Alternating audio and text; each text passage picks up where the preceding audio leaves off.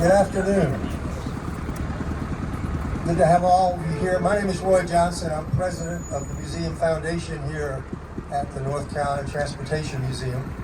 And this is a really special day for us. This site became a railroad site in 1896.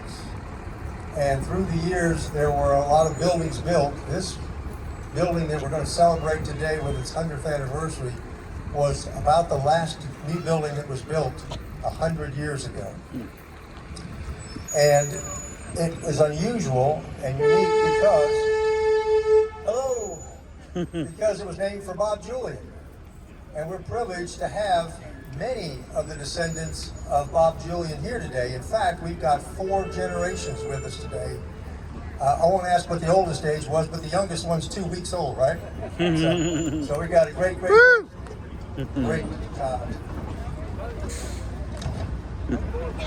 So I'm going to just read off the names. Hopefully I don't miss anybody, and they can just wave a little bit. And we're glad to have them all here. We've got, in no particular order here, we've got grandson Hugh Julian, grandson Mike Julian, great-granddaughter Beth Julian, great-grandson Scott Julian and Dr. Rebecca, and the children Noah and Eli, great-granddaughter Ashley Julian, great-granddaughter Anna.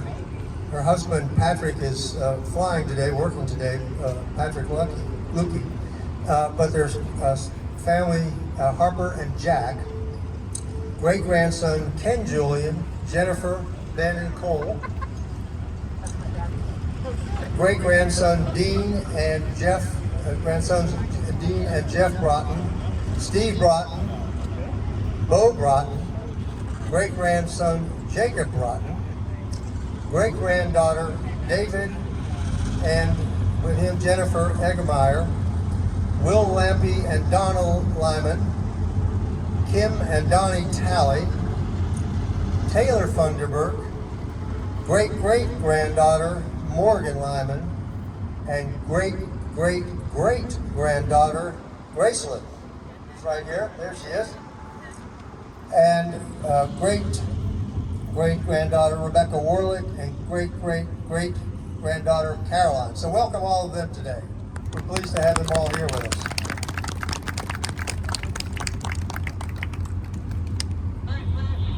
So the story begins with Bob Julian joining the Southern Railway. This site was selected about 1896, and we're going to have a program later on today about the history of the railroad. But basically, in January 8th of 1896, President Samuel Spencer authorized the acquisition of land here.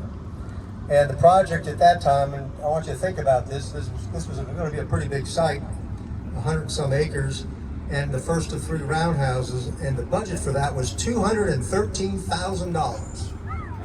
So you multiply that by, I don't know, 30 maybe, you get today dollars, or more than that perhaps.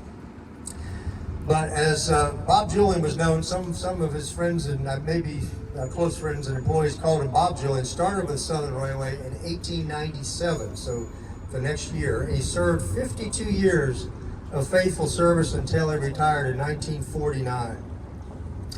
He advanced from a pipe fitter and a machinist to the general roundhouse foreman and chief locomotive inspector. And he served in that supervisory role for 42 of his 52 years with the railroad. So the second roundhouse was built in 1912 and had a 90-foot turntable. And that didn't last very long because the locomotives kept getting bigger, heavier, longer to pull the longer trains and the newer technology. And so in 1924, this roundhouse of 37 stalls and the 100-foot turntable that we have was built. And the interesting thing was that President Fairfax Harrison named the building the Bob Julian Roundhouse. That was not a typical thing that the railroad did, so it was a big deal that the president recognized Bob for all that he did for the railroad in those days and continued to do. It was 37 stalls, 100-foot turntable, as I said, 120,000 square feet, and it cost $500,000. So we're getting into some serious money now. With this facility, Bob Julian supervised roughly 150 locomotives running in and out of Spencer during World War I, and he established the best record in moving government troops better than any other U.S. railroad at that time. Because in those days, we really relied on the railroad to make things happen. And that continued into World War II, by the way. So we continue to use this facility very actively. We have locomotives that live in the roundhouse. We get them out every day to run the trains. We have equipment here that we move around for various exhibits. It gets a lot of use. It's very important to us.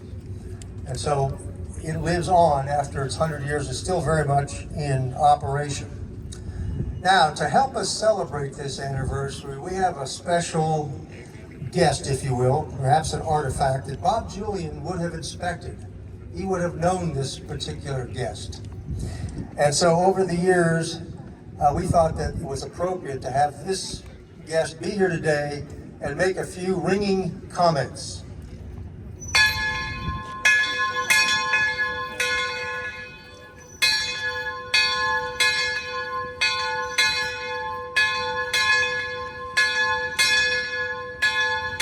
This is locomotive 542.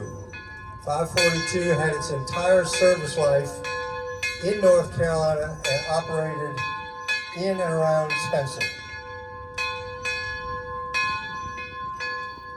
All right, so we go back that far and we still have not only the building and the turntable, we got one of the engines. So we're delighted to have everybody here today, including 542.